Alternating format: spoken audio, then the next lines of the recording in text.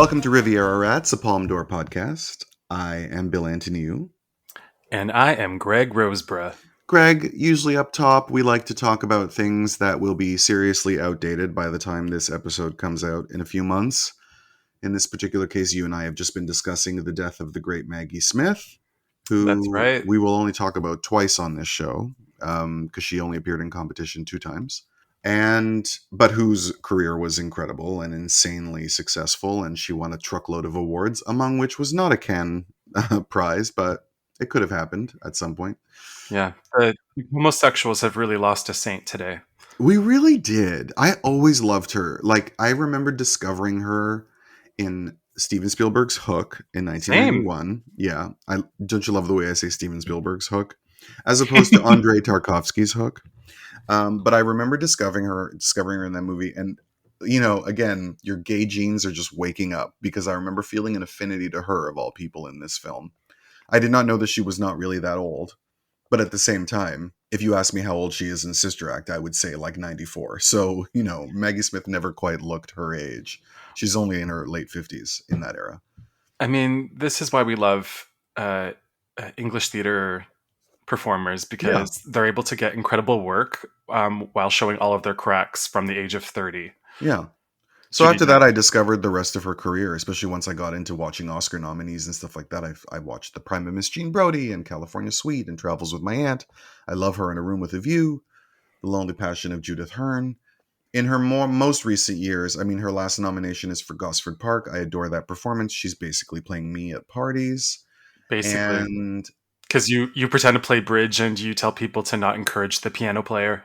Yes, or the underhanded comments of hers that I love, where she's like, "Oh, that's very practical, only bringing one dress to the getaway." She has incredible chemistry on screen with our angel Kelly MacDonald. Yes, she has incredible chemistry and everything, and it's not disappointing, but it is worth pointing out that in her last years, especially after Gosford Park, she does become kind of a caricature of herself. She becomes Maggie Smith in drag as Maggie Smith. And the last performance of hers that I saw, where she was truly like stripping it away to the bone, was in a bad movie. It was Dustin Hoffman's film Quartet in 2012, I think, where she really like gets mellow in a way that I hadn't seen her do in a very, very long time. In fairness to her, all English actors become parodies of themselves after the Harry Potter series. Yeah, and I'm glad for all the money it brought her. So anyway, rest in peace, Maggie Smith. That's an incredible career that I will be basking in the delights of for years to come, because I still haven't seen everything she's been in, even though I've seen her in so much.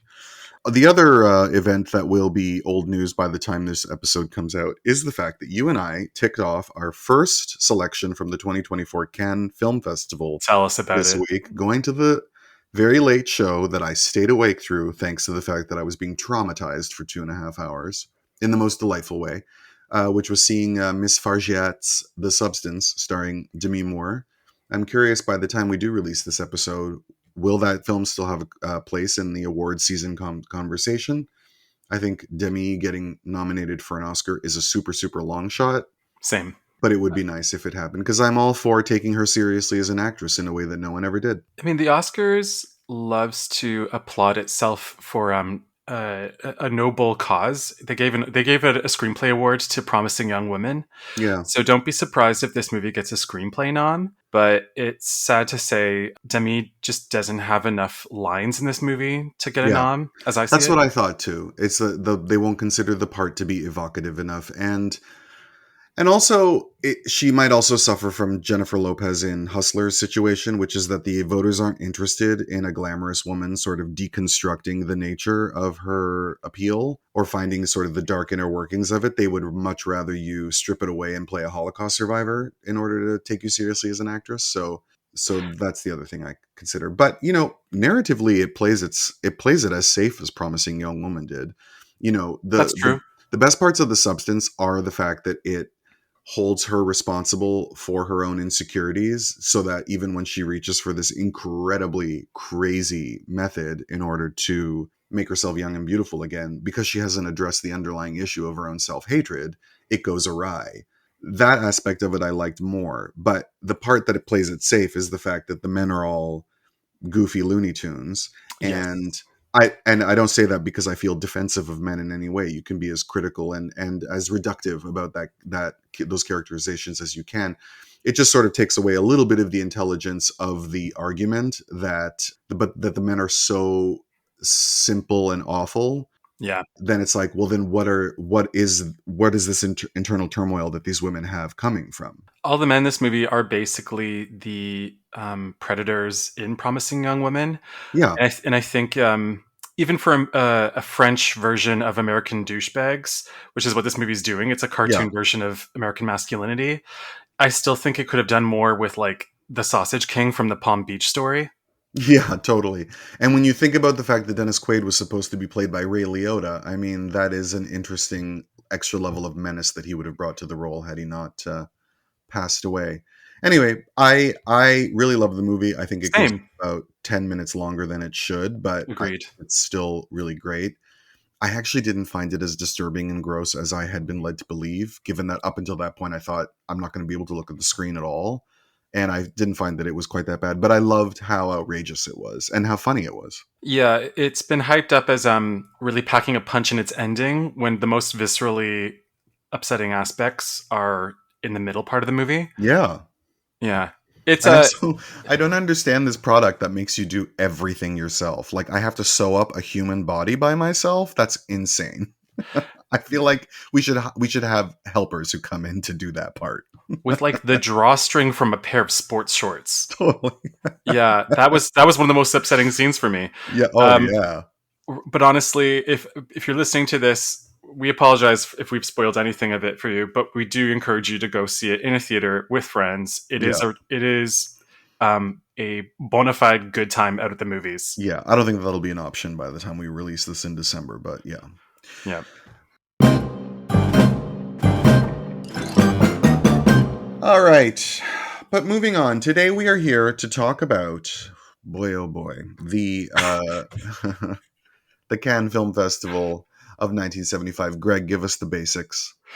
Yeah. So 1975 is a real watershed, Watergate year, and just about every great movie of the 70s comes out in this year. None of them are featured in this competition. Yeah.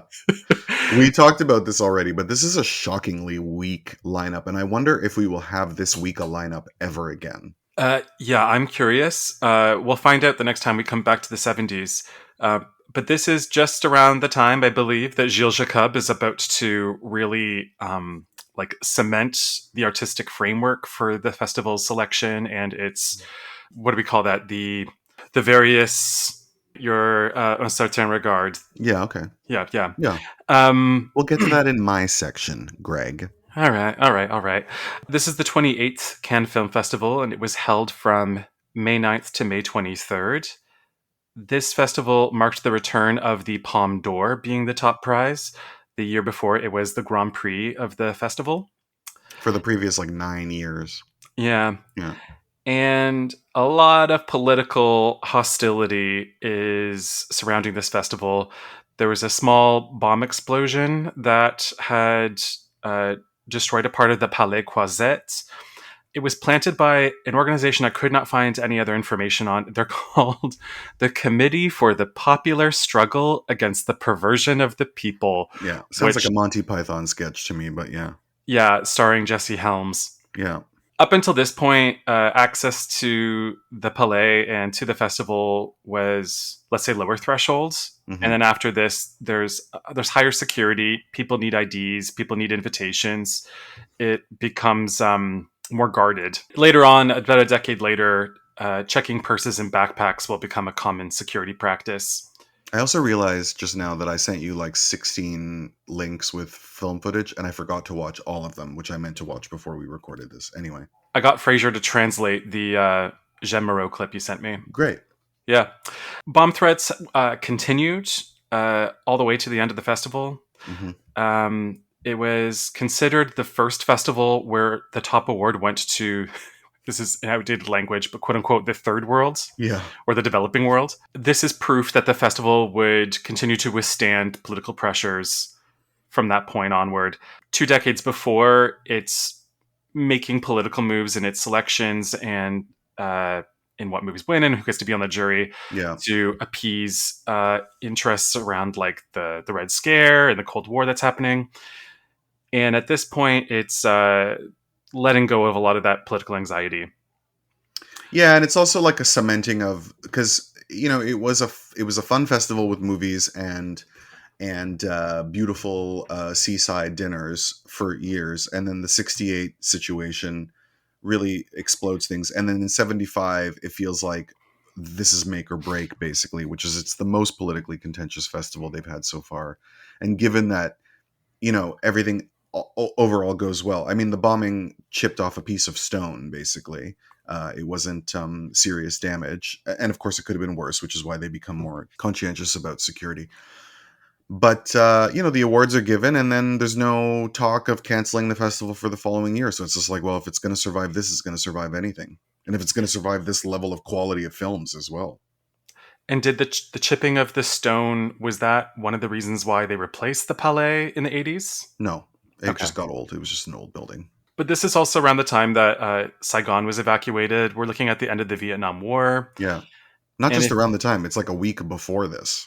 So if you're looking at all of the political turmoil from 1968 up until this point, you get a artistic climate that is more humble. There's less glitz and glamour. Yeah. Imagine the 2021 Academy Awards. Yeah, basically. But before we move on to the other competitions and films in the festival, Bill, let's take a look at this year's artwork, because this is so 70s. Yeah, we have Sailor Moon sitting in that seat. Who is in that poster? It's like a Polish Salvador Dali painting. It's actually beautiful. It's very 70s, and I love it, but it's intense. Yeah, it's mixing the muted with the highly color saturated. Yeah. The artist is, no shocker here, a Polish surrealist painter named Wojciech Siudmak. Okay. It looks like there's a video camera inside an apple like this. Yeah. What's that TV show where all the characters are numbers and they live on an island? I don't know. Lost? It's been remade and parodied by The Simpsons. Anyway, it's giving that vibe. This person's head is in the clouds and it's filled with lice. Oh yeah, I don't know what that's supposed to be, because I also can't seem to find like a high res version of this. And what is on the ground? Is those apples? Are those apples or just other? Yeah, they're all apples, and one of them is one of them's got a lens in it. It has a lens in it, and it's hovering, and it looks like an android from the newer Star Wars movies. He's got abs, so he can stay. Yeah, he can stay. Yeah. The choice. What's on his hand? On the hand that's on his knee. What's in there? Is he holding another apple? I don't know. Again, I have to find a better res quality of this. Oh, I figured this out. This is he's a content creator. These are all drone cameras, and we're invited. Great. Hold on, I just found a better version of it. Amazing. It's a flower with an eye in it. And then his body is also the clouds. And then it's eyes in the sky as well. Okay. So it's actually beautiful though. The colors are beautiful. No, it's a beautiful. What it is it's a gorgeous painting, and then if somebody or drawing, and if someone starts to tell you what it means, it will detract from your enjoyment. It looks like that French animated film. What's it called? Forbidden Planet. Fantastic Planet. Yeah, I rewatched recently. Yeah, it looks like that. Yeah, totally. Yeah, and the 76 poster is not very different. It's probably the same artist. Well, it looks a lot like the poster to the Hourglass Sanitarium, which we'll be covering in a 1973 competition. Bill, why don't you tell us about the other competitions? Don't tell me what to do, Greg. Yes, I will. So this particular year, the Maurice Bessy, who I can't remember, was he the president of the festival at this point, or he's on the executive? Anyway, he creates 3 official out of competition categories. Les yeux fertiles, which means fertilize, which is the films focusing on the arts. L'air de temps, which is the air of the times, literally. Films based on contemporary events. And Le Passé Composé, which is past tense, which is compilation works. These would later be regrouped by Gilles Jacob as Un Certain Regard. So this is the birth of that particular section of the festival. We are officially this year witnessing the festival at 3 levels, which is the official selection, the non-competitive selections, and the marketplace. This is the modern Cannes has begun, basically. I could not find anything that explained specifically why it was that they stopped calling it the Palme d'Or for 9 years. I don't know. Huh. It's very strange. Out of competition, we have John Schlesinger's The Day of the Locust, which is a really disturbing film that I still have on my mind all the time. It's a pretty unique look at the dark side of Hollywood Babylon, basically. With Karen Black? Yeah, in the role that was supposed to be Sally Struthers, yeah. I read the novel and can't remember any of it. I just remember there's a dwarf. And a guy named Homer Simpson. Rock out? Yeah. Galileo by Joseph Losey. I haven't seen this movie, but I adore Joseph Losey, and I can't wait till we talk about his poem. India Song by Marguerite Duras, which makes me think of my friend Bill Clark because he always talks about how it's the most boring film he's ever seen that made him want to kill himself in the movie theater. I saw it finally. It's Delphine Seyrig, and it's a really beautiful movie, but it is quite pointlessly boring. But also by Joseph Losey, The Romantic Englishwoman, which is also a film that I love. Well, I gotta say about Marguerite Duras, if you're saying this movie is boring, and I don't like Hiroshima Mon Amour, and I hated 7 Days and 7 Nights, maybe that's 3 for 3. You don't like Hiroshima Mon Amour? I love that movie.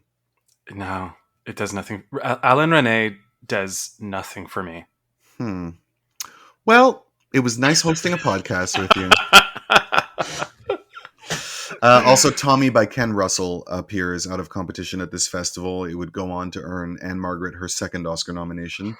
For singing in Canned Beans. Yeah, totally. And I think the only fully sung through part to be nominated for an Oscar as well. I think. Maybe Joel Grey in Cabaret. Can I tell you something? No. I have been recently singing the theme song to Riviera Rats frequently, like a tick, in the style of Anne Margaret in Viva Las Vegas. Wow. La, la, la, la, la, la, la, la, la. Wow. When I think of Anne Margaret, I just think of the Flintstones and Margrock. I love you, but I ain't gonna be a fool. She's so fucking cool. She's so great. Fucking cool. You on the other hand. During International Critics Week, we have Hester Street by Joan Micklin Silver, who recently passed away. That's a lovely film. The Musician Killer by Benoit Jacot, who we talked about in the last episode as having recently been canceled, but before that, who had a pretty impressive, lengthy career. And I discovered him through my love of Isabelle Huppert. And The Peaceful Age by Fabio Carpi. I don't know why I wrote that one down because I don't know what that is. The director's fortnight screenings, we have The Battle of Chile Part 1. Oh, so good. Yeah, which I still haven't watched. I can't wait to watch that. Please mark my words. It's the hardest thing you'll ever watch, ever. Second only to Showa. So really do your self-care. I think Diego Sanz is the hardest thing I'll ever watch. Right. Allons sans fin by Paolo and Vittorio Taviani, who we've talked about and we will talk about again. A recent BGM selection, Fox and His Friends by Werner Fassbinder. Oh, I gotta call bullshit. That's a great movie. It is a great movie, yeah. It's his best movie. I didn't choose it for okay. Festival, and the episode hasn't come out yet, so you'll see. And then some classics here. We have the film recently voted as the greatest film of all time by people who are terrified of being called sexist, which is Chantal Akerman's Jeanne Dielman, 23 Quai du Commerce, 1080 Bruxelles by, I didn't say the numbers in French because I can never think of them fast enough. Jeanne Dielman is a masterpiece. I think it's a brilliant, brilliant film. Truly. I just find it hard to believe that everyone thought it was the greatest movie of all time without, but no film criticism is without the context in which it comes, it is uttered. So that's fine. Did you ever read Paul Schrader's take on it winning first place? No, I'm sure it's provocative. It is. And, but it's apt. He says, it's totally offensive that this movie is number one because the movie is incredible, and that's not why it was selected as number one. Yeah, that's what I mean. I don't want to cast aspersions on its quality. It's definitely her best, and I love her even at her worst. I love Akerman. I like the way her mind worked, unfortunately. We also have the masterful classic, The Texas Chainsaw Massacre by Tobe Hooper. I only saw this for the first time 2 years ago, and it terrified me. The sound design is perhaps the most disorienting and disturbing feature of the movie. It's so good. And we have Theo Angelopoulos in Director's Fortnight with Othiosos, or The Traveling Players, which is 4 hours long, and I still haven't seen the whole thing. At the Academy Awards, the Best Picture award went to One Flew Over the Cuckoo's Nest. The Best Foreign Language Film Prize went to the USSR for the second of 3 times, for Derzu Uzala by none other than Akira Kurosawa. The only time he won that award in a competitive context was for the USSR, because as of the 70s, he struggled to get funding in Japan. I'm sorry, you look like you're about to say something. And it's a curiosity for me that that's his only time he wins that award. Does he win an honorary award for that's what I meant by he won it. That's the only time he won once it became a competitive category. Yeah. He also received the honorary foreign film award for Rashomon. Yeah, and then Ran wins awards, just not anything for him. It only won Best Costume Design, but it did earn him his only nomination as Best Director. Mm-hmm. Yeah. Kurosawa, now we treat him as sort of an inevitability, but in the 70s he could barely get his projects funded. And Kagemusha, which we will talk about, is a film that George Lucas and Francis Ford Coppola, I believe, contributed money to get it made. And then the Japanese were so embarrassed by the fact that foreigners were supporting him that they then Japanese movie studios stepped up to get that film made. So he actually struggled quite a lot. But speaking of the Oscars, you and I have been talking about this. You and I have both been reading Michael Schulman's scintillating book, Oscar Wars. And he has a chapter on the 1975 awards. And it struck me as interesting, as I'm sure it did you, that at the Academy Awards, you have a rare case of the Oscars really having their finger on the pulse of what's going on in cinema. Truly. The nominees are like the great stuff of the year, whether popular or artistic. You go Barry Lyndon to Jaws. Yeah. While usually I find that it's the films at Cannes that really capture, if not in full, at least in part, sort of the spirit of the art of cinema for that year. And that's not happening this particular year. Once we get to the competition list, we'll find that it's a lot of mediocre stuff, and all the really good stuff coming from Hollywood has already played its game. Like it's already played its hand at the awards of the previous year. And yet at the Academy Awards, you have like Nashville, and you have, Shampoo. Yeah. Yeah. But it's also saying something about what's happening in American cinema versus Europe for about this whole decade. Because European dominance is in the 60s and American dominance is in the 70s. And it's probably the only time America would be that dominant stylistically since the 40s. Yeah, absolutely. As an art form, for sure.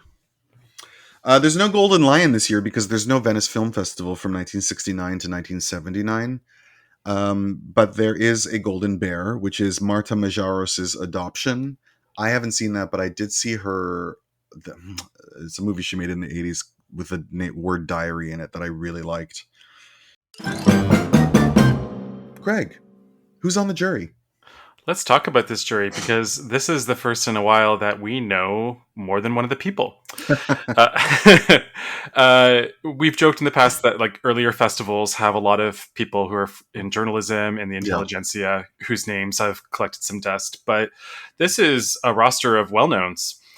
Our jury president is none other than Bill's bid for the best actress of all time on film, Jeanne Moreau, who probably stunk up the whole city with cigarettes. I told you, I would love to rate the films in this festival based on how many cigarettes were under her seat by the end of the screening. Because she had to sit through a lot of really long movies, and some of them make you want to reach for a smoke way more than others. And I lied in an earlier episode when I said I had never seen a Jeanne Moreau movie before 7 Days and 7 Nights. I have also seen her in Querelle by Fassbinder.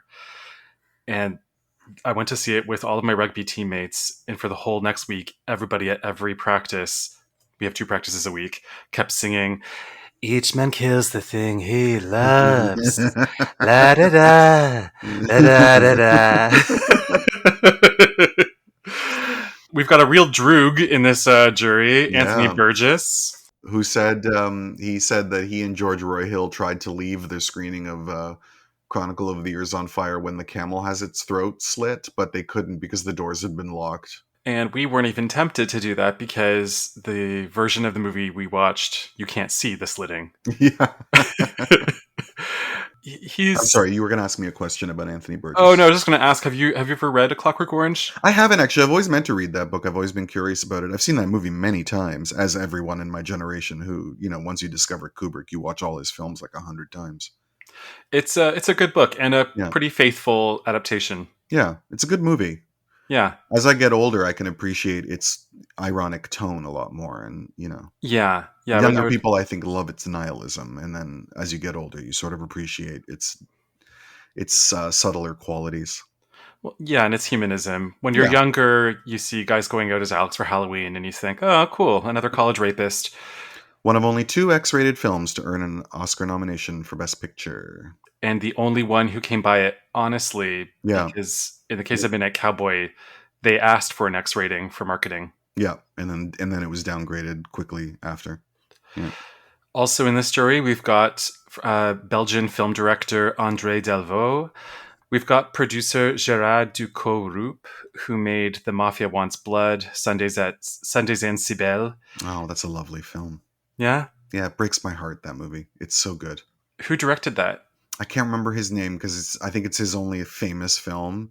It won the Oscar for Best Foreign Film in 1962. It also gave us the career of Maurice Jarre, who was hired to do Lawrence of Arabia based on that film. But it's a really tender, underplayed. I don't want to say love story because it's not a love story, but it's a very humane story. It's really quite lovely, and one that I've only been able to watch once. I don't know if I could put myself through it again, but then I'd also like to. We've got George Roy Hill, fresh off of Butch Cassidy and the Sundance Kid and The Sting. Yeah. He kind of owns the 70s. Yeah. He's one of the last classical Hollywood directors still making money. Yeah, he also directed a wonderful film called The World of Henry Orient with Peter Sellers and Angela Lansbury that I recommend everyone watch. It's great. And so that our friend Daniel doesn't slap us for not mentioning it, he also made the movie The World According to Garp, starring Mary Beth Hurt. Yeah. Not Glenn Close. Yeah. We've got Lea Massari, the disappeared in La Ventura. Yeah. Also the mother in Murmur of the Heart. Yeah. And who is she in Les Rendezvous d'Anna? She's her mom, I think. Huh. I think. didn't clock that. No, Magali Noel is her mom. She is, because she stops and visits people, right? Yeah. It's I took you to see that, right? I remember I took you to see the Lightbox and you didn't like it. Yeah. It's fine. Yeah. Pierre Mazar, a journalist, is on this jury. The only thing I could find for him with a quick cursory search was citation of an interview with Vladimir Nabokov. Oh, okay. So I take it he's an arts writer. Yeah. We've got great actor, Fernando Rey, frequent collaborator with Louis Buñuel, who I love most in Le Charme discret de la bourgeoisie. Tim Roth was saying that every once in a while you work with an actor where they show up on the set and the air changes because they're so famous, iconic, impressive, and it's not a power that they abuse, but they just simply arrive to do their work and you just feel the center of gravity of the room shift in a really impressive and cherishable way. And he said that the small part that Fernando Rey played in Stephen Frears' The Hit was probably the first time that he'd experienced that. And he said that Vanessa Redgrave on Little Odessa was the same experience. That's really cool. Yeah. I like when veteran actors get their props like that. Yeah. We've got an interesting cultural figure, Pierre Salinger. This guy was press secretary for JFK and LBJ. Oh. Campaign manager for RFK, who was standing 10 feet from him when he was assassinated. I looked it up. I looked up the movie Bobby because I've never seen it. He's not depicted in the movie at all. He later became a broadcast news anchor who famously covered the Iran hostage crisis. He probably famously covered the Algerian War as well, which is also interesting that he's on a jury that picks this movie. Probably. And that's a really, really salient point you make. Yeah. And he played a lawyer on TV's Batman for Joker and Catwoman. I didn't know that. That's hysterical. Yeah, like this guy's done everything except be related to J.D. Salinger. Was he handsome and debonair? Like, is he one of those people who's like, oh, I'm saving the world and then I'm going to go to Cannes to be on a jury for a few days? No, Whatever. he looks like Oliver Platt. Oh, okay. All right. Yeah. And then we've Poor got. Oliver Platt. We use him as an example far too much. I'm sorry. As a future Oliver Platt myself, who's going to be used as people's example for Dowdy. I mean more like I mean him more like doesn't he's not a matinee idol. Like Yeah, no, yeah. And then we've got something of royalty here. Yulia Sontseva. I'm going to say that so wrong. How would you say that? I'm not discussing Russian pronunciation with you ever again. I should have called my Russian friend again. Yeah. I didn't have time. She has a distinction of having been the first woman director to win a directing award at any European film festival. Oh. At Cannes in 1961. So we'll cover that. And what film was it? I don't remember this. Chronicle of Flaming Years. Oh, which is a similar title to what we have today, yeah. Yeah. And then I have my own memoir, Chronicle of Flaming Ass. Mm-hmm. And she's the wife of Alexander Dovzhenko, director of Earth. Oh, okay. And she stars in it. Not the only Russian celebrity directorial couple.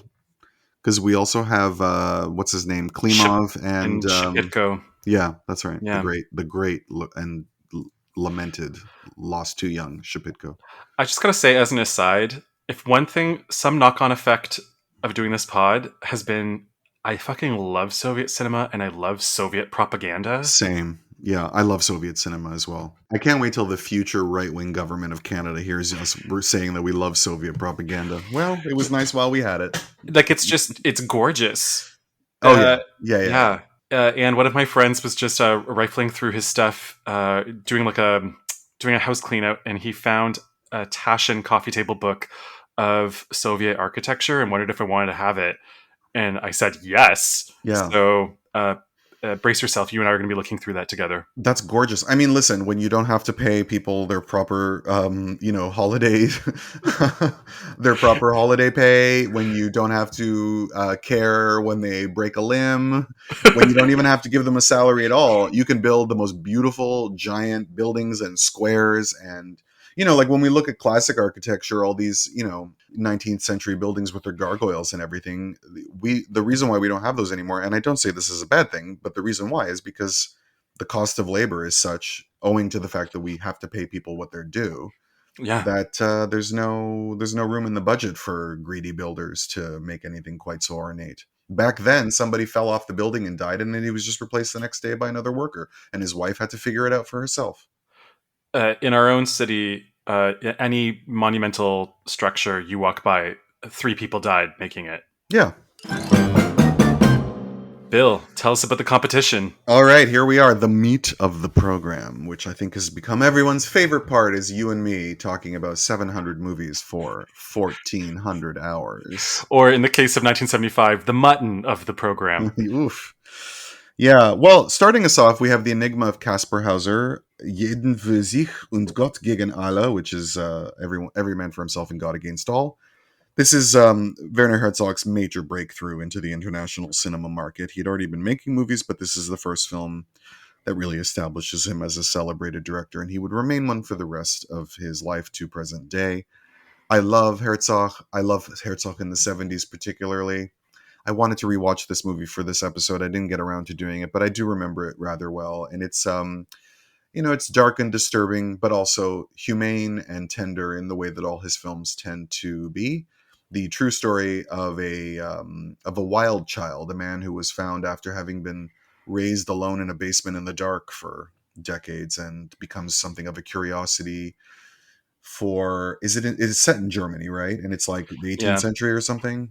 Yeah, it's 18th century. It's post-Enlightenment, but very much working in Enlightenment themes. Yeah, similar plot to The Wild Child by François Truffaut. Mm-hmm. Yeah. I like this movie. I do think it drops some plot clues in its last 20 minutes that it could have explored more. Okay. Like he has some dreams of a pilgrimage in North Africa, and I'm like, okay, tell me more what that meant. But it's a clever indictment of post-Enlightenment intellectualism and like the pursuit of the arts and sciences to come to a totalizing theory about everything. He is this object of severe surveillance. and that's really good. I wrote down here, it's like a funnier Awakenings or a smarter Encino Man. And I'm not surprised it took second place. Most of the selections this year are either boring or shallow or both. Yep. And you're looking for something that's really trying for something, even if it's not perfect. Yeah, really fun movie. The Best Director prize went to two of the best films in this lineup, I think, which is Costa Gavras' Section Spéciale, Special Section, Mm-hmm. and Les Ordres, or Orders, by Michel Brault from Canada. I believe this is the first major award that a Canadian film wins at the Cannes Film Festival, although I did not double check that. And it is appropriate that these shared the Best Director prize, given that they are films very much on a similar theme, which is... Yes. People, or I should say governments, abandoning all manner of law and order in the name of security, and also abandoning human rights in the name of security. In the case of Special Section, it's set during the war. France is under the Vichy government. These very cute young upstarts decide to kill a German naval captain on the Paris metro, and the Germans want the French to do something about it. So they basically like create a law that they then make retroactive in order to grab a bunch of people not related to this crime, put them on trial, and execute them, so that the Germans know that this collaborationist government is doing what needs to be done. And the humor of this ridiculousness is not lost on Costa Gavras. I particularly love, he shoots it in every gorgeously ornate old building that Paris has to offer, holding its government, and he's constantly emphasizing the size of the room, the height of the ceiling, in order to further emphasize how small and ridiculous these characters are, who don't even think twice before they abandon all reason in the name of saving their own stupid hides. Yeah, all of the interiors in this are shot so opulently. Like all of these government offices look like the Uffizi. Yeah. It's a very well-deserved directing prize. It's impressive how gorgeous and ornate this whole movie looks for something that's just talking. It's just talking. It's one conversation after another, and I never got bored. And it's rare that a movie that has no women in it is interesting to me. Yeah. Yeah. Yeah, well said. And then in contrast, you have this very Canadian, like Griersonian, cinema verite inspired movie. Shot in grainy black and white, but on a similar theme, which is that following the FLQ kidnapping political... I think it's like a diplomat and somebody... There's two kidnappings that happened by the separatist Quebec. Are they a party? They're considered a terrorist group by the government, of course. But and there's a number of bombings as well that happened. Right. And so the Canadian government decides to put into action a War Measures Act that basically allows you to arrest whoever you want for no reason at all. It's Canada's version of the Patriot Act. Yes. And what's interesting is that this movie does not shy away from the fact that it's all Montreal authorities who are doing this to their own people. It's not people coming in from English Canada to do it, for the most part. And then they just arrest a whole slew of people who, again, have nothing to do with the FLQ or what's going on. It's literally like they just randomly pick them from mainly lower middle class neighborhoods. And they're unionists. And they're unionists, yeah. But so is everyone. So especially if you're going to a working class neighborhood, that's not hard to spot. And we follow the experiences of like 5 of these characters and what they undergo being arrested and held for like 3 weeks. And what I particularly appreciate about the film is that it's very clear how bad an experience this is for them, even though none of them are like tortured, no one is hurt or hit. And it reminded me of, and I'm really sorry that this sounds like I'm lightening the argument, I'm really not. Mae West, in a biography of hers that I read, talked about being in jail for 9 days. She was arrested for public indecency because she wrote a play called Sex. And I bet she had a lot of indecency over those 9 days. She had dinner with the warden every night. So of course she was treated well. But she said, I know that I was only in there for 9 days. I know that I was in a low security. I know that I was treated well. The minute those doors close, every minute feels like years, regardless of how good a situation you're in. She spent most of her time doing laundry with girls who had been picked up for street walking, basically. and this is what this movie made me think of as well. Just the experience of being taken by people you don't know why, and because you don't know how long it's going to be. Yeah. In some of these people's cases, it's only a few days, and some of them it's a few weeks. Yeah, a few weeks is not a long time, but when you don't know when it's going to end, every minute of those few weeks feels like years. Yeah. And takes years off of you. And this movie puts that across very well without being in any way manipulative, without making up worse torture than actually happens. You know, like it's incredibly good, and it's so well acted, and has the audacity to have actors show up on screen saying, "I'm an actor playing this role," and blah blah blah, as a way to also remind you that these people lived through this experience and in some way were connected with it as well. I loved that eccentricity. It really had a Jean Rouch, like Chronicle of a Summer feel to it. Yeah. Like breaking that fourth wall. And I like that they don't return to it, because I was like, if this whole movie is the actor cutting to the actors talking about what it felt like to film these scenes, I'm out. And it doesn't happen. Although that can work. Like Jacques Rivette can pull that off. Yeah, but I like that they just did it the once and then didn't go back to it. It's a great work of Canadian cinema. I don't know if Canadian movies ever like get this good many times after this. Yeah. I implore everybody to watch this and really get a sense of like what good Quebecois art is like. Absolutely. And both of these films, I think, would have easily deserved Best Director on their own. You know, you could have given the other one a jury prize or something, but I know that they are making a statement by giving it jointly in order to point out the fact that these are two films on a very similar theme, set in different countries at different times, and yet look how often this happens. And it needs to be said, because you and I are both hot and bothered homosexuals, Les Old stars a Cat Stevens looking fellow. Yeah, as soon as that guy was changing his baby in tight jeans, no shirt, and a cigarette in his mouth, bushy beard, bushy chest hair, I thought, Greg has enveloped the couch, the TV, the dining room set, the new kitchen island.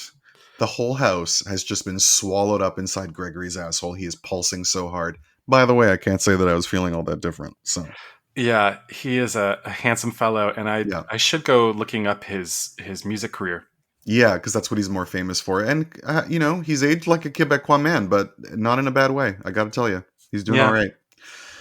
Oh, the Best Actor prize went to the great, legendary Vittorio Gassman for Scent of a Woman, Profumo di Donna, by Dino Risi. Of course, this story is much more famous for the American remake starring Al Pacino. Decades later. Did you watch it? Did you end up watching it? No, I still have not watched the Pacino one. It's 3 hours long, and the original movie doesn't include him going to the kids' posh prep school to make a huge speech. And I was so grateful for it. This is a much simpler, smaller film in which Gassman gets to show off. I mean, it's basically tailor-made to show him off and win him awards. That's what this movie is for.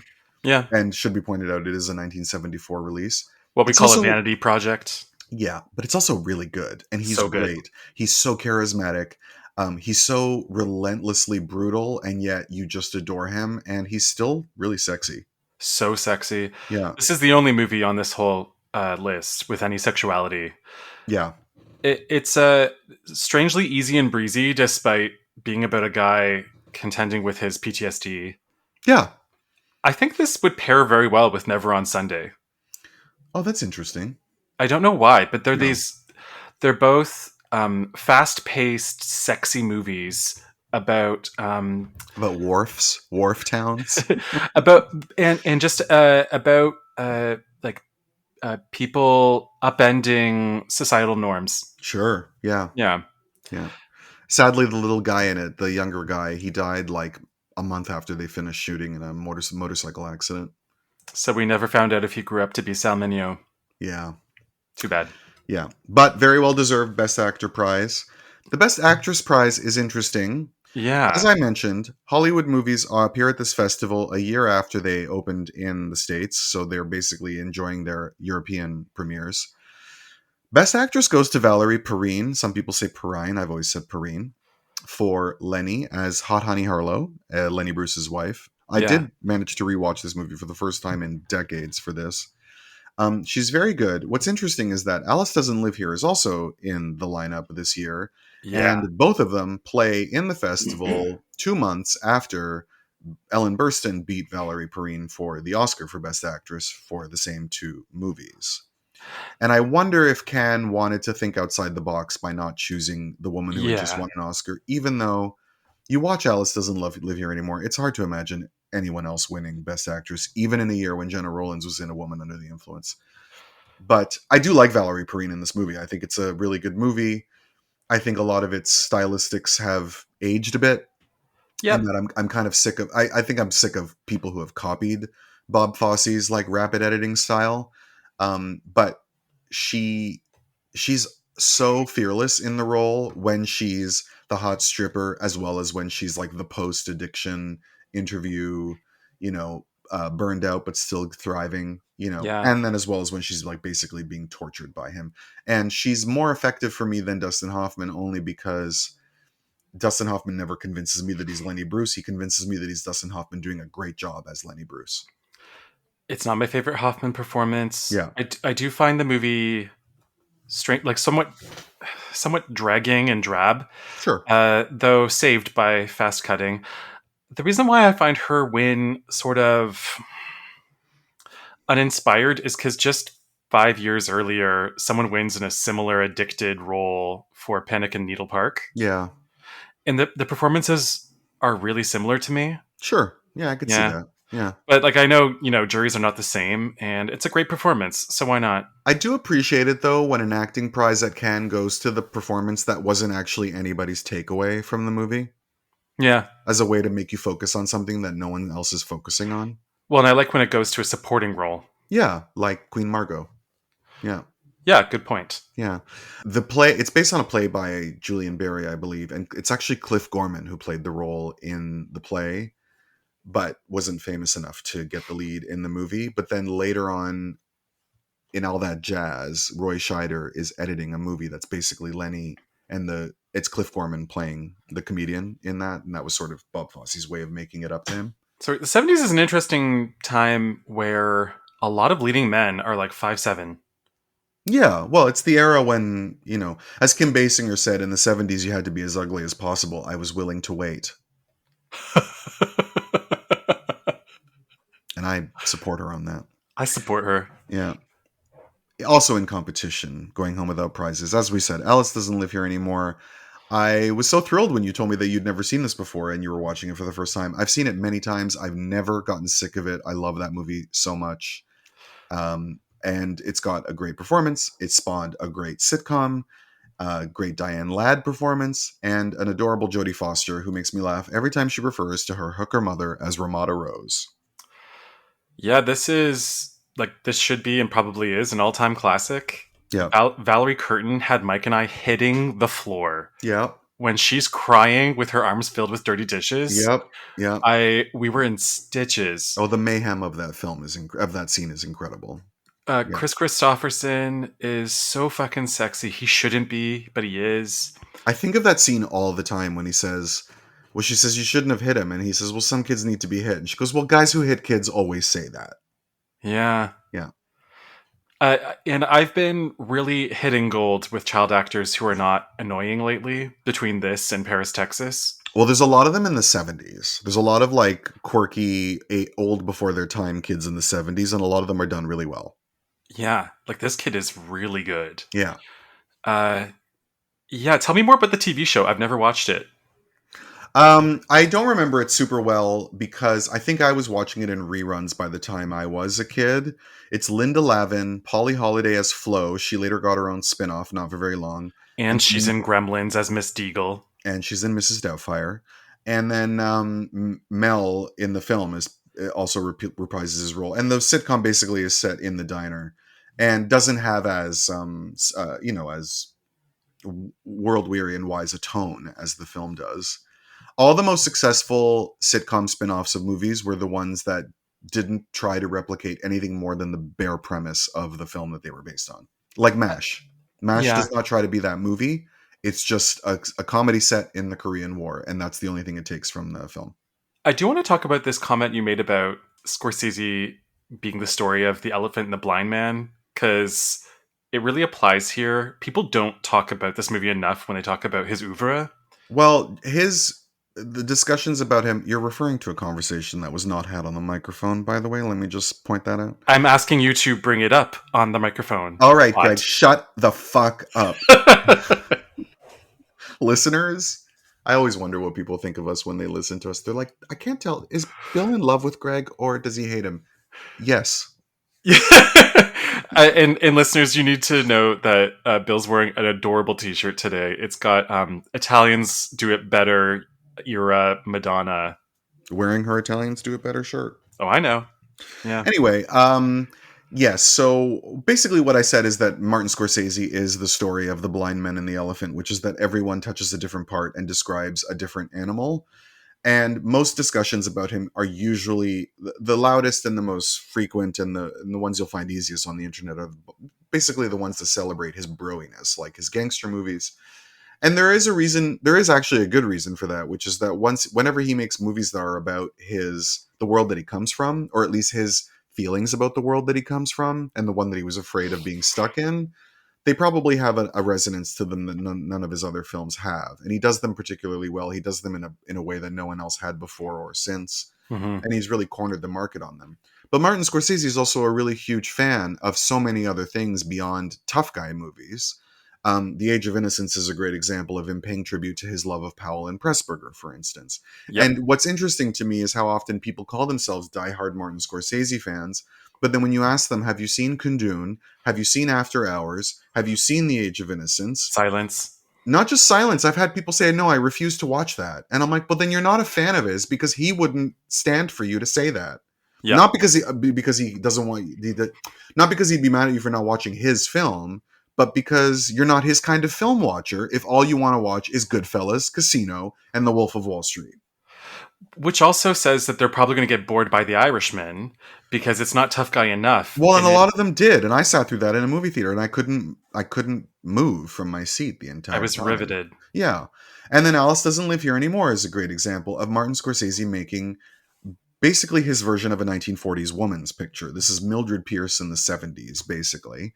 And he does it with the same level of attention to detail, attention to forward movement of plot, and the creation of a believable and really potent world that he does all his other more famous films. And he leaves breathing room. He's a very meticulous director, and he lets Burstein explore the space. Yes, absolutely. And then, there's other movies of his that I find, when people talk about Taxi Driver, all they care about is the tough guyness about that movie. But it's also shot like an MGM musical. We'll talk about it when we get to it, because that's of course, his Palme d'Or. But, so I don't know. I try not to get too worked up about Martin Scorsese, but there's just nothing we can do about the fact that the internet is mostly young straight guys talking to each other. The reason I asked you to speak on it is because this movie is a really interesting entry point into that conversation. Yeah, absolutely. Including to the people who speak badly about Martin Scorsese as being a bro filmmaker, as you said, basically, because they've only seen, the people who also don't like him have only seen Goodfellas and, Gangs of New York, which is like him really phoning it in. All right. Liliane de Kermadec is a filmmaker I had never heard of outside of this film, but her film Aloïse is in the festival and is very important, not because it's good, because this movie is pretty dour and dull, but it is our Isabel watch for the festival and is our first Isabel watch. This is Isabel's first time being in competition at Cannes. Isabelle Huppert, I should say, in case anyone's not catching up yet. It also earns her first of 100 million César nominations for Best Supporting Actress. Isabelle basically never really had a fallow or dark period. She graduated acting school, celebrated as this hot new young thing, and immediately started working and was just celebrated from day one. Because she's the GOAT. Yeah, and thanks to the fact that she's dead on the inside, as we love her, she's never gotten up her own ass with her own hype, and so she's kept the standards high ever since. Not just on screen, but on red carpets. Yeah. Isabelle loves the work. Yeah. She's always genuinely loved acting. She genuinely says she loves watching movies, and she can't live without making them. And that has kept her real all this time. But she knows the importance of her stardom as well. She knows this is part of the work. This is part Yeah. of. She's never done that begrudgingly either. She walks every red carpet. She puts on a new dress. When I met her in Brooklyn, she had just done a 4-hour performance of 3 versions of Phaedra. She had done a Q&A before that performance, and she came out onto the sidewalk fresh as a daisy and signed autographs without being in the least bit of a rush to get away from us. I'm sure she was exhausted beyond belief, but she knew her job, and she genuinely thanked me when I told her she was my favorite actress. She didn't act like it was something she'd heard 10 times that day, because it was. Oh, Bill, that almost brings a tear to my eye. That's so touching. Yeah. Like, what a generous performer. Yeah. She loves her work. And she didn't keep my pen, which really upset me. I was hoping she was going to steal my pen, and she didn't, because she remembered that it was me who had given it to her to sign everybody's program, and then gave it back to me. Elva's favorite part of that evening was that she checked her hair in the image before we took a photo together. Anyway, let's talk about this movie, though. So Aloïse is the story of Aloïse. What was her real name? What was her full name? Aloïse Corbat. Yeah, who had just died maybe about 10 years before this. So she still would have been known to a lot of people in France as a woman who was institutionalized basically for being a manic depressive, or probably like bipolar, I think, is probably what she was at a time when that was not really understood. She was she was institutionalized for ennui. She was. And then started doing these incredibly hideous drawings. I'm so sorry, Aloïse. Yeah, I described them as mixing the Venus of Willendorf with the figurative works of Willem de Kooning. Sure. And became famous as a kind of untrained folk artist. And that's, in a way, saved her, Yeah. And then they made this movie about her, which I think is probably means to say something about the way in which emotionally volatile women are treated by a world that wants them to, be either glamorous or subservient or something more easily packaged. But it's not a particularly interesting movie. And I also, Isabel's great. I mean, as great as she can be in a rather nothing role. I don't believe that she grows up to be Delphine Seyrig. Like, they don't seem... it's not a smooth transition for me. No. It took me a while to even realize that one was playing the older version of the other. And I love Delphine Seyrig as an actress, as a feminist icon as well. Well, I mean, and it says a lot when 2 gay men are not appreciating that Isabelle Huppert ages into Delphine Seyrig in a movie. Yeah, without a doubt. And I want to thank my Facebook friend Maria, by the way, who found us the file of this film. Oh, because I did not find it on the internet. She is an even bigger Isabelle fan than me, and she has all of her films. Shout out to her. Yeah. Thank you. Yeah, this is a topic that I have not seen done well in movies. Almost never. Like, when it's Francis, when it is... I was just thinking about another one that just came up. Where'd it go? God damn it. Well, there's Camille Claudel. Yeah. There's also the Camille Claudel with Juliette Binoche, which is not good. A Dangerous Method, the one where Keira Knightley gets plays a sideways. xenomorph from Alien. Yeah. Totally. Yeah. I like the version... the Irish Catholic institutionalization version in the Magdalene Sisters. That's good. But that's also an exploitative movie as well, that goes out of its way to make things as bad as possible so that you get the message. And that's usually the problem, is that these things overly dramatize the institutionalization. They go way farther than Cuckoo's Nest. Yeah. And it's a really worthy topic. You got to get raped in the shower, you got to get beaten with a stick, and you've got to have somebody who's sitting in a rocking chair holding a doll start messing with you for no reason. And then Vanessa Redgrave shows up as the directress and asks you what you think that feeling means. Ambivalence suggests strong feelings, Susanna. Yeah. That was well done. I've seen that movie a few times. Walk-in chicken. The one thing that I do like about Girl Interrupted, though, is that it does emphasize the fact that those are broken-hearted girls who are being treated like they're crazy. Yeah. Yeah. Look, it's a topic that deserves proper portraiture. Yeah. I just haven't seen it done in a way that's not schmaltzy or sensationalistic or too sentimental. And in this film, I find that they are trying so hard to get away from all of those things that it's actually fucking boring. Yes. Yeah.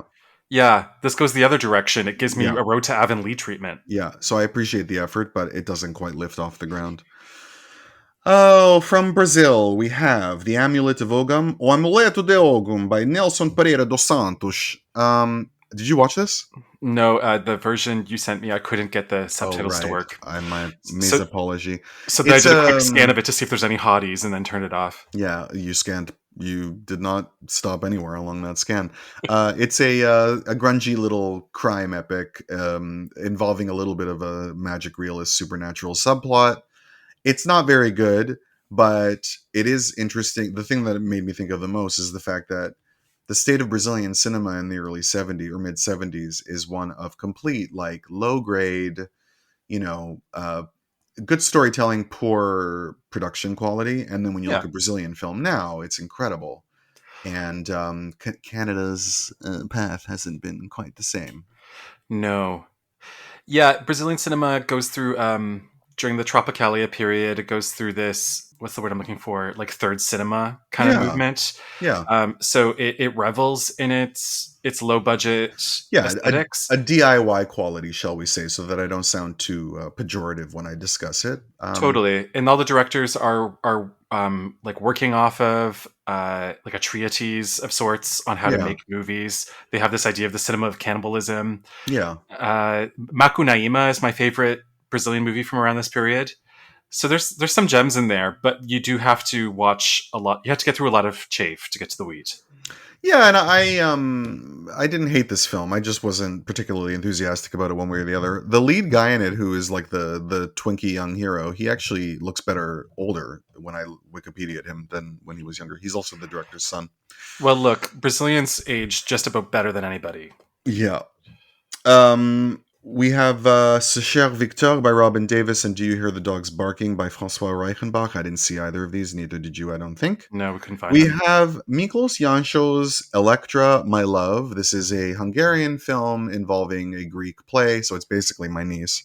And I can't say that I love this movie, but I really appreciated it. It's cool. It's really cool. It has what IMDb says one of the longest average shot lengths in motion pictures, which is 350 seconds per shot.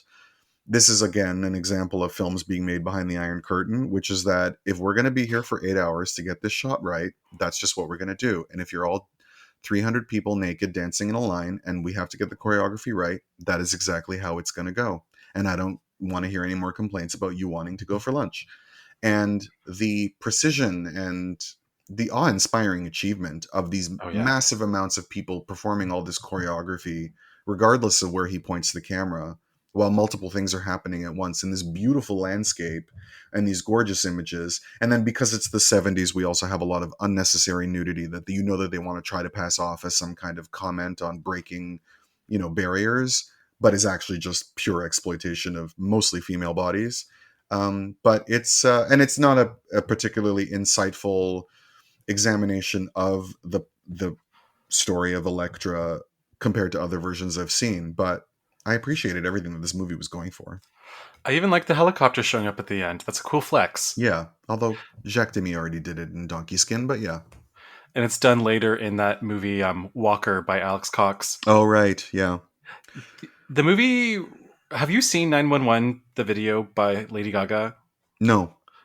Go watch it. It's not boring. It's good. It reminds you that we love her for being a tropical bird. Right. But it's so clear that her or the director she's working with, I think it's still Kishishian, the guy who worked with Madonna, Oh, okay. is watching movies by Jancho and by Sergei Parajanov. Okay. Like the imagery is just too similar. I know that she's seen Parajanov because she promoted The Color of Pomegranates to her fan base. Oh, that's cool. Because that movie is basically a Lady Gaga video. Basically. Yeah. Well, 911 really nails it home. Yeah. I didn't see A Happy Divorce by Henning Carlsen. Nope. I did watch Egon Gunther's Lotte in Weimar. You didn't get around to this one, and I'm kind of pissed that you didn't see it only because I hate it when I have to suffer alone. This is East Germany's first time appearing in competition at the festival. It's very interesting to me that at a time when the Stasi is like sniffing your seat cushions to keep your scent records on file, that they're putting out an opulent adaptation of a Thomas Mann novel. Thomas Mann wrote Death in Venice, did he not? He did. Yeah. But this is based on a different novel in which the woman who inspired the female heroine of a Goethe novel goes to visit the town where he now lives as an old man, decades. They haven't seen each other since he wrote that book. And she shows up in this town and finds herself an object of fascination and celebrity for all the locals. And she has to deal with that in ways that, that is increasingly uncomfortable for her. It's a beautiful film, even though it's the 70s. So even though like the costumes are all the right cut, everything's like orange or mustard colored, you know what I mean? And made of polyester or something flammable and doesn't breathe. Yeah. But it is it's a visually striking film, and Lily Palmer is in the lead, and she was always excellent in everything, and it's a great showcase for her. But it's a boring movie. I mean, I struggled to get through it. It's really, really boring. And then we've got Man Friday by Jack Gold, maybe the closest that the Cannes competition comes to showcasing blaxploitation. I don't know. We'll find out. I love this movie. It was great. It is great. I don't know that it's a Cannes movie. Like, I don't know that I needed it to be included among the winner's circle.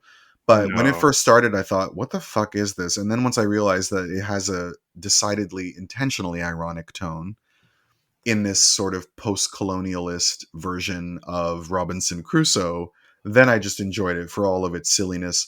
I enjoyed seeing Shaft. I enjoyed the man who played Shaft, not, Richard Roundtree. Yeah. Who's singing terribly. And I enjoyed Peter O'Toole fully committing to the bit. He has such a good time playing the ignorant, exploitative Englishman who cannot help but see things from his own perspective. This is a movie is also a good reminder for all the well-intentioned young people who I fully support in their desire to change the world today, but who also have this tendency to think, as young people always do, that they are the first people to think of everything when it comes to, questioning ideas of European superiority and, post-colonial blah, blah, blah. That actually, this has been on people's minds for quite a long time. And in this movie in particular, that is what is going on. And I should also venture to say, having studied Robinson Crusoe in my English degree, that this movie's tone, almost satirical tone on it, is actually more faithful to the original writing than most straightforward adaptations of Robinson Crusoe have been. There's a really great performance art piece. You can find it probably online on the artist's website, but his name is Brendan Fernandez, and he's working a lot with like the concepts of like the hyphenated identity and the theories of Stuart Hall.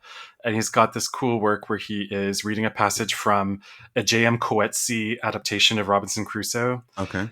And he is pronouncing this passage over and over and over again with the help of a linguist who's telling him how to read it properly in different accents of his different identities. Oh, wow. Yeah, highly recommend that. This movie is a reminder to all the Gen Zers, not only that they did not come up with these ideas first, but that they weren't the first generation to sit around the salon sipping absinthe and reading Frantz Fanon. Yeah, they're just the first generation to forget to be in any way humorous about it. Yeah. It's a very funny movie, and then it gets really serious, and it does it in a way that doesn't feel like too much of a flip switch. Like, it feels seamless. Yeah. And fun trivia fact, the DreamWorks Studios logo used music taken from the score of this film, although I never actually heard it when I watched the film. Is that the time changes, that tribe changes as the tree changes? I don't think so. That song was stuck in my fucking head. Yeah, but this movie's on Tubi, and I recommend people watch it. It's tons of fun. Absolutely. And beautifully shot, all in Mexico, looking like the South Pacific. Marikan van Nijmegen by Jos Stelling is the first Dutch film to be selected for competition at Cannes. We didn't get to watch it. I love Michelangelo Antonioni's The Passenger, aka Professione Reporter, but I did not get a chance to rewatch it for this show. But I do like this film. It has a stronger narrative than his previous films, but still maintains that look of, obsessive ruminations of architecture and color and whatever. Yeah, this movie has a plot. Yeah. And it's co-written by Peter Wolin. Oh, okay. Yeah, who wrote Signs and Meaning in the Cinema. And unlike L'Avventura, it resolves. Yeah, it does. Yeah. No, it's a good movie. It's never judicious or fair to Antonioni to watch his movies on a schedule, because Right. you're supposed to watch them when you're ready to watch them. Yeah. So I'm gonna have a better go of it the next time I put it on, because I wanted to put it on. Yeah. And it's one of Jack Nicholson's favorite of his own films. He later bought the rights and arranged its DVD release, and remained friends with Antonioni till the end as well. And the closest he ever got in his whole life to being sexy. To being sexy to gay men. Yeah. Yeah. Yeah. He's always been sexy to women, and I've never had trouble understanding it. But if that guy showed up on my house, I would insist on, I would whip out booze, not anything else, and I would talk to him for hours, if not days. But he does not give me a sex vibe at all. I believe he could turn me on to the Lakers. Yeah. Absolutely. Oh my goodness. From Japan, we have Shuji Tereyama's Pastoral, To Die in the Country, Deni Nishishu. This is the only film of his, I believe, that I have seen. I wanted to like this film. I wanted to enjoy a think outside the box movie. Yeah. Japanese art cinema is always interesting, even when it's not enjoyable. But this is another one that I thought was really quite boring. Well, because you're watching it the wrong way. We're watching this at home on our TV screens when we're supposed to be watching it in a repertoire theater on a big screen with a full audience on drugs. This is the Holy Mountain. Yeah. Yes, except I watched The Holy Mountain in my basement alone at home, and I still loved it. So, because also that guy's sexy. Because it was one of those things where I was like, I'm not in the mood, and it's because of how I'm watching it. Like, no, I think it's just not what I'm in the mood for. It's a simple rendering of something that thinks it's more complex than it is, which is that you're watching this expressionistic collection of beautifully shot, in some cases erotically provocative memories, and then we find out that we've actually been watching a movie within a movie where a director is struggling with his feelings about making a film based on his childhood. Yeah, you're right. It is probably simplistic. Yeah, I guess I just want to forgive it because it's so, like, it looks so good. Yeah, it's just uninteresting. It's just not interesting.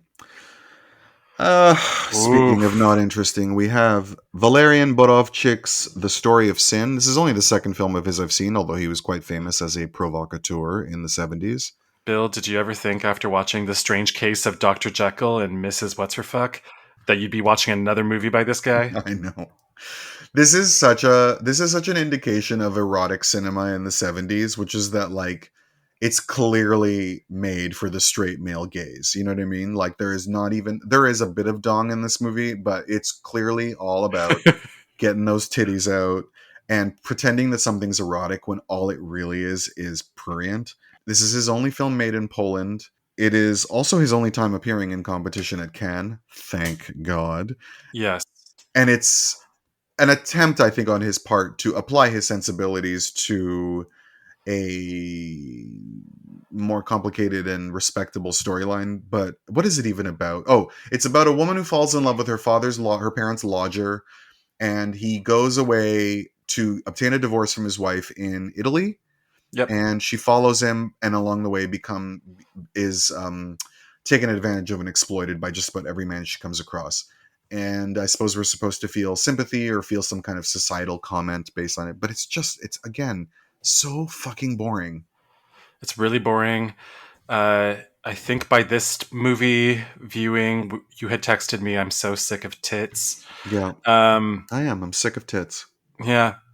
The last time I said that, oddly enough, was when Margaret Qualley kept showing her boy tits in the Claire Denis movie, which is how I knew when we watched The Substance that something was going on, because I said, those aren't the tits I got sick of looking at. These ones I like looking at. and it turned out she was wearing prosthetics. I just finished watching, like, I binged a lot of press junket for The Substance because I was just so obsessed with Demi Moore. Mm. And somebody from Collider said to the both of them, "What's something you're proud of from this movie you're taking away?" And Margaret Qualley said, "You know, in the movie, I play a character who looks perfect, and so the fact that I stayed sane doing that because I don't look perfect outside of this movie is the thing I'm taking away, and that I'm going to be proud of." And then he cut to us being like, "Fucking boy tits." Oh my god. I don't hate women. I'm just not built to enjoy watching them naked all the time. Yeah, absolutely.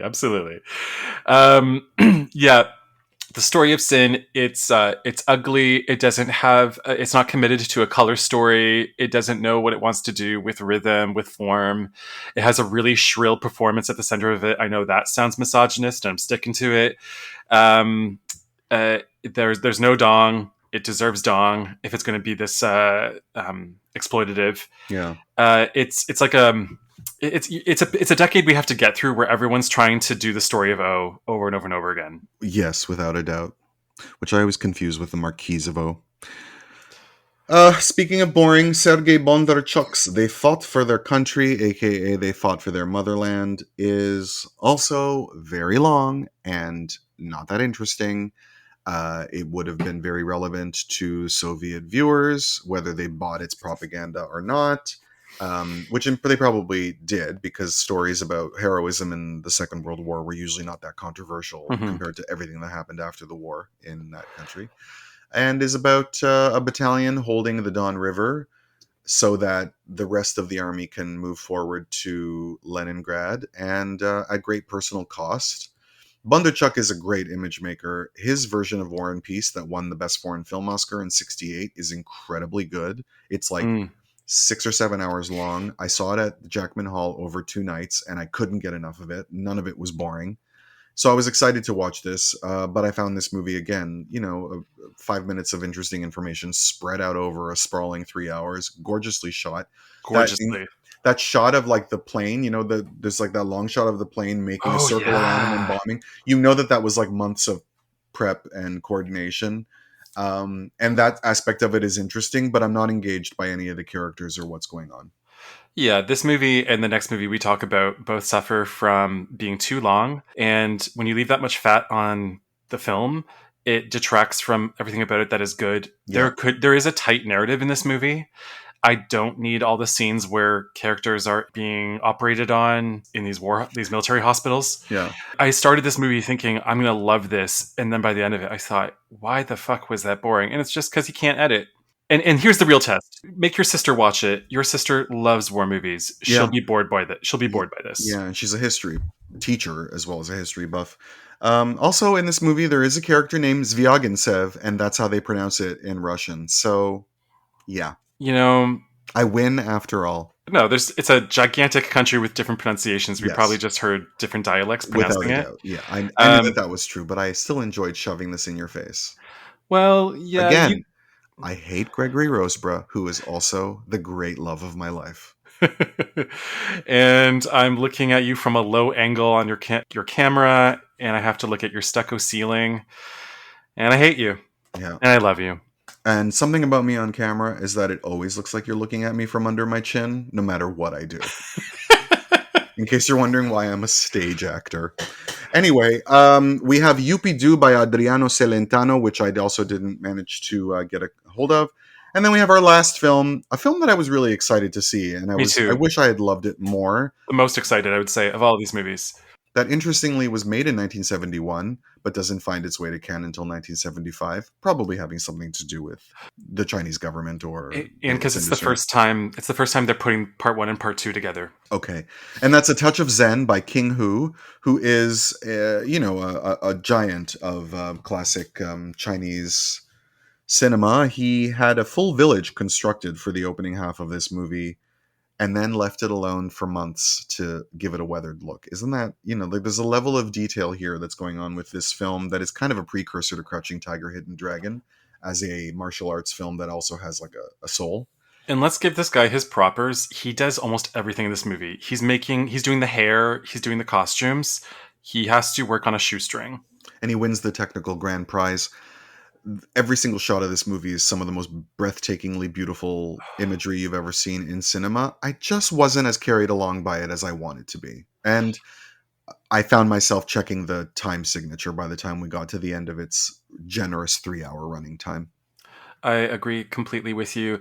There's a big lapse of time between the part 1 and part 2, and it really feels like he developed as a director while he was on his break. Right. Because the second half of the movie is so much better. He is deliberate about his use of negative space. It's inspired by Chinese folk art. Yeah. So a lot of the shadow work is deliberate. Yeah. However, the 4K restoration I watched still looked like it needed a scrub, and that was distracting for me. Yeah, I wouldn't be surprised if there's just only so much you can do without damaging the without like, because you also don't want to do like a Star Wars special edition on these movies. You want them to still maintain the integrity of when they came out. Yeah. But yeah, and you know, even without knowing that, I can tell that everything in it is deliberate. It does not feel like a movie made by somebody who doesn't know what they're doing. Mm-hmm. I just wish it was easier to sit through. It's also not my genre. I should point that out. For sure. It's really important that you said that, because watching the DVD extras about this, I was appreciating how much of it is about tradition and folk art and what it's taking from Beijing opera, right? Which is different than Peking opera, I take it. Yes. The lead actress in it went on to be one of the producers of Farewell, My Concubine, by the way. Okay. It is a really exciting movie to read about and to situate in its historical context. I just wish that translated to an enjoyable viewing experience. Yeah. I sat down to this thinking that it was going to be my pick for the Palm. Same. Yeah. So now we get to our Palm.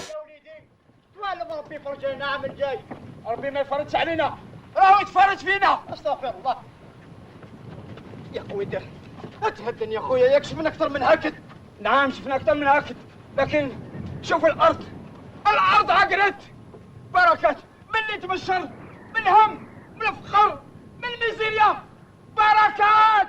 Speaking of movies that need a scrub, I mean, we need to talk about the project of Riviera Rats for a minute.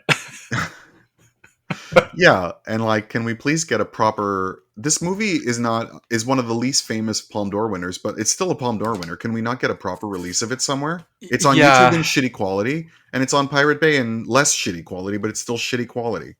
I actually am quite proud of the level of archival work we're doing to find these movies. But this festival, this particular year, is the most movies we've had to watch in bad rips, and bad streams on YouTube. Yeah.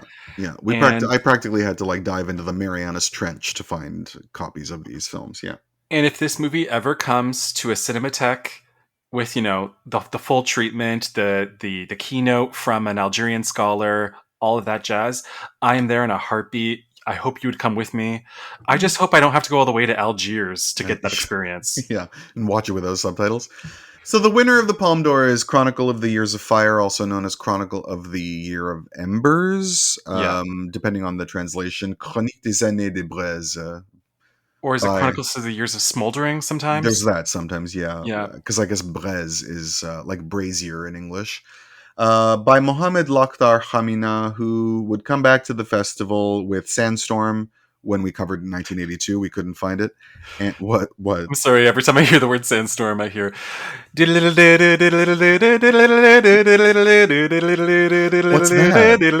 It's that techno song from turn of the 21st century. Okay.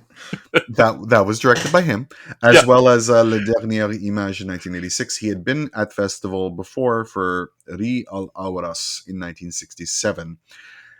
And Algeria submitted this film for the Academy Award for Best Foreign Language Film. It was not selected as one of the nominees. He was threatened with death during the screening of the movie by a French underground terrorist organization. The French Interior Minister sent a security guard to protect him and his 3 children at the festival. Why? Because you can talk to the French about anything other than Algeria without them getting real hot under the collar. This is a really interesting movie for those of us who have seen the Battle of Algiers and love it, and seen it many times, as I have, because it tells you the context for what led to that war. Without, I had watched this movie before, and I remembered it differently. I'd forgotten that it doesn't actually go up to the war.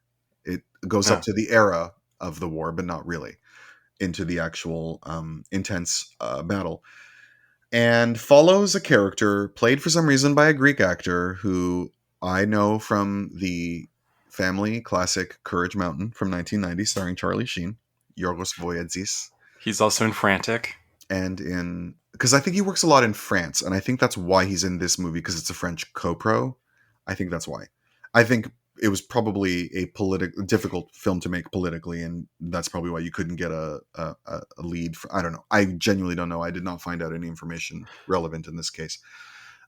He's also in Madonna's Swept Away. And Zorba the Greek. Oh, that's right. That was one of his first films, yeah. He's the most Greek-looking person in the world. You don't notice it as much in this film because of the, he's all covered up. But like when we watched Courage Mountain, my relatives were so excited that a Greek name showed up in the opening credits and basically sat through the movie waiting. And then once my grandfather showed up on screen, they're like, "That must be him." And it's like, yeah, of course that's him. He's really hot. His nose is practically 3D when you're watching him in a movie. Of course it's him. Anyway. And he descends from the wolf monkeys in Uncle Boonmee. Right. He is a character who is a peasant from a village who gets sick of his poverty. He moves to the big city, loses his wife and child in the typhoid epidemic, is mistreated by the French colonial government, does he serve in the World War II? He does. He's forced. Yes. Conscripted, and then becomes a enemy dissident, and then is basically is part of the inspiration for the Algerian War, because spoiler alert, he dies at the end of this movie, and it's actually about his son taking up. The implication is that his son sort of takes up his cause. Yeah, I really like this film. I don't know that it's a 5-star movie, but I think it's a really good movie. I am not surprised that Anthony Burgess flat out said it's not that much better than the other good movies in the festival, but it actually has something to say, and that's why we chose it. Of course, in 1975, when this is still a hot button issue, and Saigon has just been evacuated days earlier, of course they're going to pick the most politically relevant movie for the Palme d'Or. That is also an epic. That is also well acted from an underrepresented country as well. It is to date the only Arabic film to win the Palme d'Or. We've had Turkey and Iran, but we haven't had the actual Arab world win the Palme d'Or. And so it works for me on both levels. Like if they're just picking it to make a statement, that's fine. But I do think it's a good movie. It is a good movie. There's some really beautiful shots, really beautiful long takes and tracking shots of warring tribes or warring villages. There is good music that's not overplayed for sentiment. It is a very sincere and earnest movie with a very clear political objective that doesn't ever get screedy.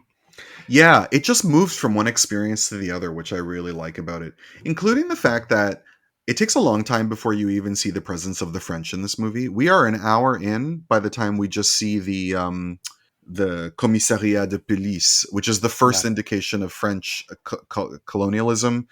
And then the mention of Hitler's armies at about a 49-minute period. I was writing this down because it was interesting to me, which is how we even know when this movie is set, because it's like a world out of time when we are first introduced to that village, where it could be like the year 1300 for all we know. And then at an hour is the first time we actually see a French man front and back, like of an actual French person on camera, to really tell us everything that's going on. The French, of course, colonized Algeria in 1830, I want to say, is around the time that I saw. But this movie takes place in the years leading up to World War II, where we also see how interesting it is to see politics reflected from an alternate perspective. War breaks out, and these people are like, thank God for Hitler. He's going to help us get rid of the French. I hope he creams them. Of course, that's interesting. Like, what if he had won and it was great for them and not great for me? The line they took paradise and shoved us into hell. Yeah, explains how much they cannot wait for the French to get sacked. Yeah, this movie and another movie that I'm going to talk about when we get to our Palme d'Or, our dream Palme d'Ors, are dealing with an interesting moment in decolonial movements, colonized lands, colonized cultures have to contend with each other over how they want to run their independence movement. For a lot of this movie, we see Algerians warring with each other because some of them are lackeys to the French colonizers. Yes. And the others are saying, no, this is not actually how we find our freedom and our independence. Which is the common experience of all countries fighting for independence. Yeah. And something that I find interesting that this movie focuses on. This movie does not demonize the French because it takes that as a given. There are no exploitative scenes of people being tortured in prison by French police in it, or overseers in any way. Which is something you even see in the Battle of Algiers, even though I don't find that to be a manipulative movie, but it is very honest about that aspect of it. That does not happen in this film. More of the time is spent with, as you say, lackeys, people who are usually of a higher economic status, who are saying there is a polite and proper way to deal with our fight for independence, and then other people who say, no, we've actually just got to blow shit up. This is a very common story. Which, by the way, is what the MCU is saying with the character of the Black Panther. Which of the two? Well, in both Black Panther movies, the message of the movie is you can be mad about colonialism, just don't be a bitch about it. Yes, absolutely. Which is why I find it interesting that people think that those movies, well, MCU in general, I've had this conversation before, is very pro-fascist. Yeah. But Black Panther, in specifically in the first one, where the villain is the guy is fighting for the freedom of the underprivileged Black population of America. But in both films, as you say, it is someone saying, the heroes in both of those movies are the people who tell Colin Kaepernick, we get the message, but you're doing it at the wrong time. Yeah, basically. Yeah. Anyway. Yeah. But this movie is able to keep... That was a shout out for our bros, by the way, that we mentioned a little MCU for all you kids out there who feel isolated from our conversation. Yeah. Yeah, that was making up for the fact that we denigrated tits for about 2 minutes. This movie keeps its eye on the prize. France is very much the villain here, but they don't have to spell it out. Yeah. Because it maintains its perspective. It takes place entirely from the perspective of the world in which it takes place. Mm-hmm. Like the fact that the war ends, and on the same day that France declares that the war is over is the day of the Sétif Guelma massacre in Algeria. What the experience of European history is for people not in Europe, basically, which this movie is very consistent about. And very matter of fact, without gilding the lily in any way, but then also has this very interesting character played by the director of the film of Miloud, who is this sort of John the Baptist madman, giving people tours of the city and always commenting on everything. Did I send you all the pictures of John the Baptist that I was photographing when I was in Italy? No. He's always serving Butch Queen first time at a ball. He's... Every painting of him is just feral man. Yeah, because he's the contrast to the blonde beauty of Jesus Christ. That's why. Yeah. Is there anything else you want to say about this movie? Just how much I enjoyed every stage of the process. It's divided into chapters: the years of ashes, the year of the cart, the smoldering years, the year of the massacre, the years of fire, and this really interesting way of slowly building up the intensity and the pressure in an almost invisible way, so that you can tell by the end that what's going to happen in the war for independence is inevitable, but you don't quite know. You can't just easily list the elements. It feels natural. It's patient, it's elemental, and all of a sudden you realize, oh, we've been moving through time. Yeah. There is a great strength of storytelling. It is one of 100 3-hour movies in the festival this year. It is the only one that is not a slog to get through. It's the only one that deserves its time length. Yes. Yeah, that's what I will say about this film. And it is a movie that I so badly want to see in good quality. Same, yeah. And I would have loved to have seen what this director would have done had he had... more modern conveniences to work with in later years, had he lived long enough for that. Or is he still alive? Yeah, he's still alive. He's 90 years old. What am I talking about? Bill, he could have gotten that good French co-production money if he didn't have to go say the word Algeria. Well, I mean, this is an Algerian co-pro because, of course, artists in these countries are a lot more liberal than their governments. But, of course, this movie did provoke a lot of response, as we said. But we talked about Outside the Law by Rashid Bukhareb as late as 2010, still getting protests at screenings at Cannes. So this is a subject that conservative French people still don't want to chill out about. And it's something that Jeanne Moreau was not taking any guff about. She gave every interview she gives at this festival is talking about the importance of political cinema and the importance of including politics in the arts. Is this just a feature of all empires, or is this like victim complex specific to the French? I don't know. I mean, it is. I'm not French. I am, and I'm curious. Mike, you're not really French. You're always the culture that of one great grandfather every time we talk about one of these movies. And what my Italian friend calls, because you can only have one of each country, what my Italian friend calls Heinz 57. It's a culture that prides itself on its on the value it places on artistic freedom compared to other countries, especially European countries, but they particularly love to compare themselves to the Americans. But then you do find this conundrum, a lot of famous black artists moved to France for the freedom that they had that they didn't have in America during a time when they couldn't even use the same water fountains or stay in the same hotels. James and Baldwin. The French were, and the Josephine Baker era.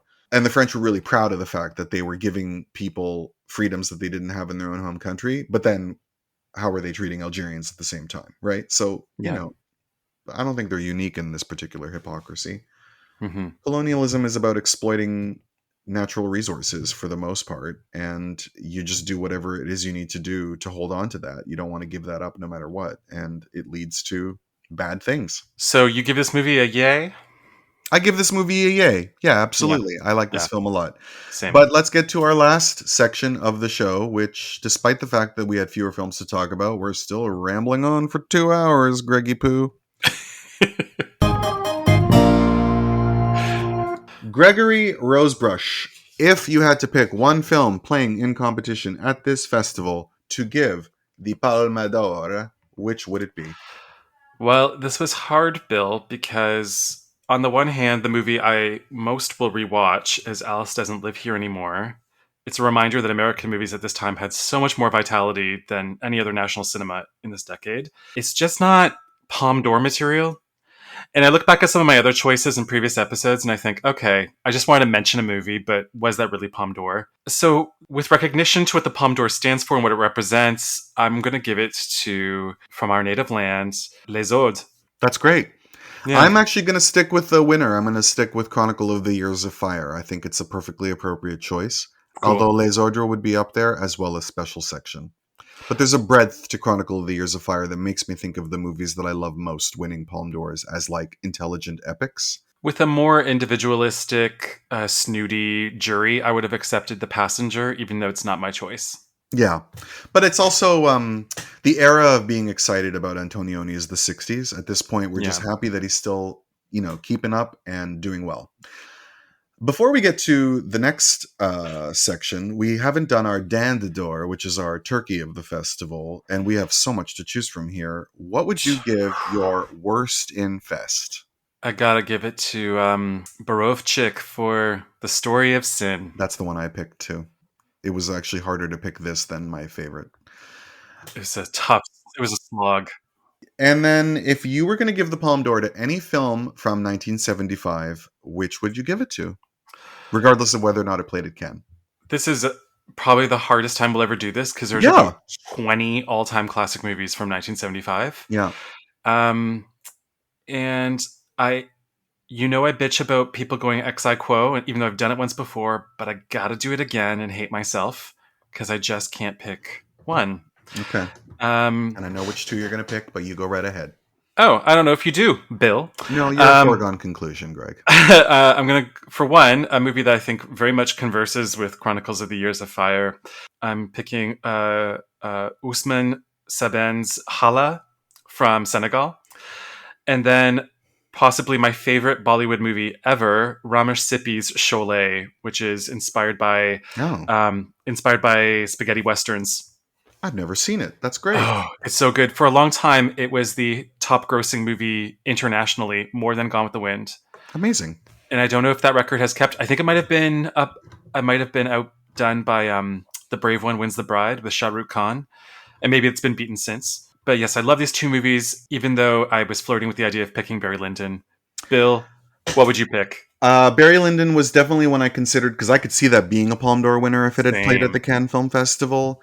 But I would have to give it to Nashville. I have seen Nashville by Robert Altman so many times. I've never gotten sick of it. I never will. I've only seen it on the big screen once. It was a great night. I'll happily do it any other time they play it. It features my favorite twink dream, Keith Carradine. It features Lily Tomlin in one of her finest ever roles. Everyone is at their best in this movie. And it's actually the movie I could definitely... If these movies had played at Cannes, they would have given Nashville the Palme. They would have given Barry Lyndon the Grand Jury Prize, I think, is how it would have probably gone. Can I be honest with you? Yeah. Nashville would probably be my choice. I just knew that you were going to pick it. Yeah. And I can't share with you. It's moments like these that I'm happy that you will eventually be murdered and left in a dumpster. Yeah, no, I mean, it's absolutely one of my favorite movies. It's my favorite Robert Altman. It's so great. It's a movie that... And I knew that you knew that I was going to pick it, and I knew you were probably going to do something else, just so you know. Yeah, you know me. I got it. Yeah. But also, if you picked Jaws, I'd been like, yeah, sure, vote with your heart. Jaws also would have been a great... I mean, Jaws is my favorite summer movie. I don't like to spend a summer without watching it at least once. It's my favorite adaptation of Moby Dick. Yeah. Nashville is a movie that never stops rewarding with multiple viewings. Yeah. You find something new every single time. The 8-track sound engineering is so innovative that it's this movie is a riddle you will never solve. And I know a lot of people like shortcuts more, and I respect it. The cynicism is darker in shortcuts. There's a lighter tone to Nashville that makes it easier for rewatching. But they're both great. And you have a different goat every time you're watching it. You're like, this time I'm loving Barbara Harris. This time I love Geraldine Chaplin. This time I love Roni Blackley. Mm-hmm. Who Sue-Ann, like, what a tragic character. So bad it gets me down, down, down. I wanna run this man around, this hurting man. Couldn't wait to love you the way I used to do. Wish I could. Mm-hmm. Something also, I remember seeing it at the Lightbox, and my friend Elvis said, I love how you can tell that guy is disturbed, and you don't know why you know that, but you can tell. The guy who's the shooter, because we meet him quite a lot throughout the film. And she goes, you can tell that there's something wrong with that guy, and you don't know specifically what it is. And you got Shelley Duvall in her crazy-ass wardrobe. Which she picked out herself. Of course she did. Yeah, no, Altman was really DIYing this thing. He was letting all the actors... He basically told all the actors read the script and then put it down. Yeah. And which thrilled the screenwriter to no end. And they were running out and grabbing their own wardrobe. Yeah. And writing their own songs. They all had to write their own songs. Thank you for mentioning that movie. I'm glad we got to talk about it, because it's not in the competition. Oh, and I just love thinking about Keith Carradine naked. He is so hot, but talk about a guy who aged like a straight dude. I'd still would, though. I think he's still handsome. He's got it going on. As late as the moderns in the late 80s, he was still sexy. What's his nuts from Sling Blade ever do it for you? Who, Billy Bob Thornton? They have similar vibes. Ew, never. Ew, no. Look. I know what you mean, but no. Yeah. Like, they're both doing Midwestern beef jerky. Yeah, but one's the brother that I want, and one's the brother that I really don't. Yeah. Yeah. Well, and speaking of that, there is an actual brother of Keith Carradine who no one wants to touch. Oh, no, actually, my friend's mom was always into him. David Carradine? Yeah, the Kung Fu era. Yeah. And isn't it cool that the song I'm Easy was a love song written for Martha Plimpton's mom?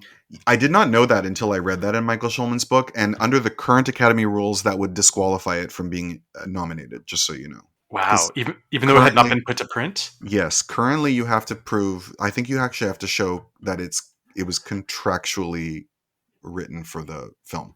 That's fascinating. That is why Come What May from Moulin Rouge was not nominated, because it had been written for Romeo and Juliet and not used. Huh. Yeah.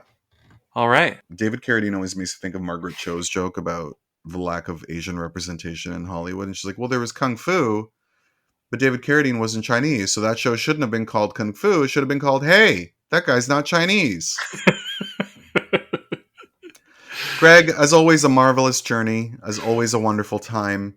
As always, one more time that I have to talk to you this week. And I can't wait to do it again. What are we doing next time? Next time, we're doing a fun year. We're fast forwarding to 1996.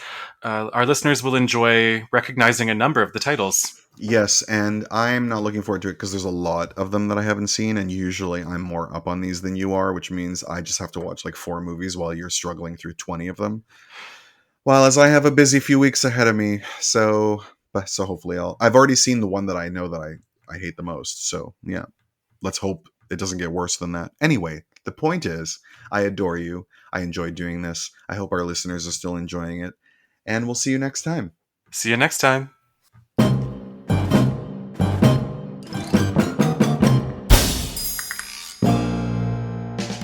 Thank you for listening to Riviera Rats.